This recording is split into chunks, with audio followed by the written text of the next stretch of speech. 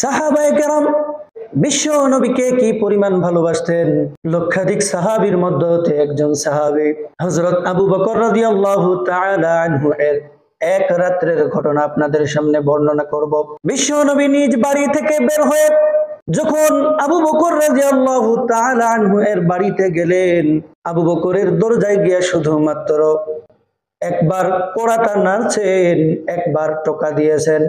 দরজার সামনে গিয়ে একটা মাত্র টোকা দিয়েছেন, একটা সেকেন্ড দেরি হয় নাই, সঙ্গে সঙ্গে আবু বকর দরজাখানা খুলিয়ে দিয়েছে। বিশ্ব নবী আবু বকরকে জিজ্ঞাসা করে, ও আবু বকর, তুমি কি ঘুমাও নাই? আবু বকর বলে, নবী গো, আজ থেকে 6 মাস পূর্বে আপনি আমাকে বলেছিলেন আবু বকর যে কোনো একদিন আমাদেরকে হিজরত করে মদিনায় যাইতে হতে পারে। নবী গো, যেদিন আপনি এই কথাটা বলেছেন সেই দিন থেকে আজ পর্যন্ত আমি আবু বকর বিছানার সঙ্গে পিঠখানা লাগাই নাই। কি পরিমাণ ভালোবাসতেন সাহাবায়ে কেরাম। ও মুসলমান, আজকে দুনিয়াতে আমরা ভালোবাসার দাবিদার, ভালোবাসার দাবি করি। আমরা যাকে ভালোবাসি তার জন্য কয় রাত, কয় দিন, কয় রাত আমরা জেগেছিলাম, কিন্তু 6 মাস পর্যন্ত আবু বকর ঘুমায় নাই।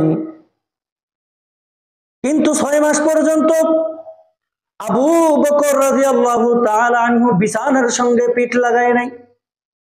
কখন আমার নবী আসবে আর দরজায় আইসা আমাকে ডাকবে ডাকবে আর আমি ঘুমের ঘরে অচেতন অবস্থায় থাকবো, তাহলে তো আমার নবীর কষ্ট হয়ে যাবে।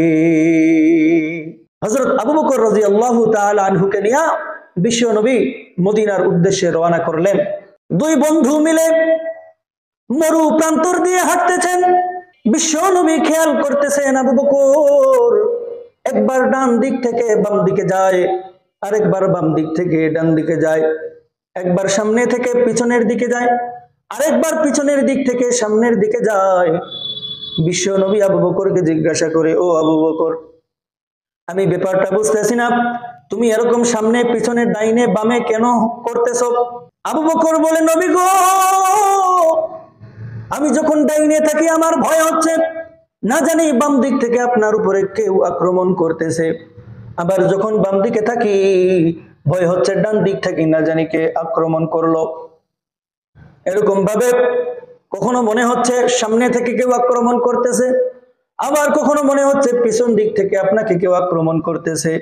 নবী গো, এই ভয় আর আতঙ্ক আমাকে ঘিরে ধরেছে, যার ফলে একবার আপনার সামনে হই, পিছনে হই, ডাইনে হই, বামে হই। কি পরিমাণ ভালোবাসা। আবু বকর বিশ্ব নবীকে নিয়ে যখন গারে হেরার মধ্যে পৌঁছালেন, পৌঁছানোর পরে যখন গারে হেরার মধ্যে আবু বকর প্রথমে ঢুকলো, ঢুইকা ওই গারে হেরা নামক যেই গর্তটা, ওই গর্তটা যাইয়া সর্বপ্রথম পরিষ্কার করলেন। পরিষ্কার করার পরে দেখতেছে বিভিন্ন জায়গা দিয়ে গর্ত আর গর্ত। আবু বকর রাদিয়াল্লাহু তাআলা আনহু নিজের পাগড়িখানা খুলাইয়া ওই পাগড়িটা ছিঁড়ে ছিঁড়ে ওই গর্তগুলো ভরাট করতেছেন, বন্ধ করে দিচ্ছেন। সবগুলো যখন কমপ্লিট হয়ে গেল, শুধুমাত্র কাপড় শেষ হয়ে গেল, শুধুমাত্র একটা গর্ত বন্ধ করতে পারলো না। আবু বকর রাদিয়াল্লাহু তাআলা আনহু চিন্তা করলো, এখানে যদি আমার পায়ের গোড়ালি দ্বারা চেপে ধরি তাহলেই তো বন্ধ হয়ে যাবে। আবু বকর রাদিয়াল্লাহু তাআলা আনহু পুরা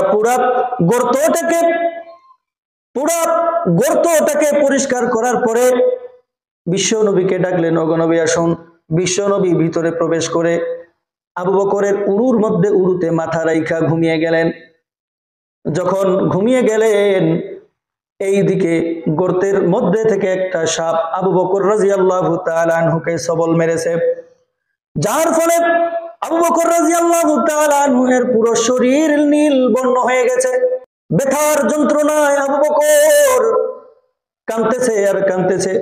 চোখের পানি বেয়ে বেয়ে পড়ে যখন বিশ্ব নবীর মুখ বরাবর পড়লো। বিশ্ব নবী জাগ্রত হয়ে গেলেন।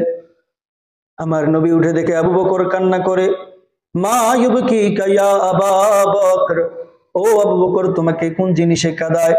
আবু বকর রাদিয়াল্লাহু তাআলা আনহু বলে, নবী গো, সবগুলো ফুটো বন্ধ করছি, কিন্তু শুধুমাত্র কেবলমাত্র একটা গর্ত বন্ধ করতে পারি নাই।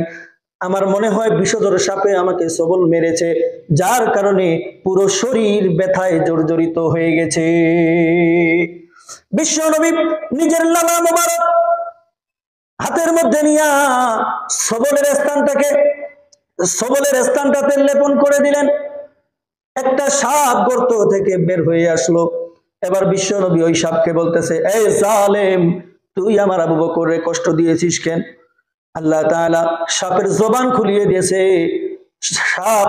সাপ আওয়াজ দিয়ে বলতেছে, নবী গো, আজ থেকে 100 বছর পূর্বে আমি একটা মজলিসের পাশ দিয়ে যাচ্ছিলাম, সেখানে জানতে পেরেছি আপনি হিজরত করে মক্কা থেকে মদিনায় যাবেন আর এই গর্তের মধ্যে আইসা আশ্রয় গ্রহণ করবেন।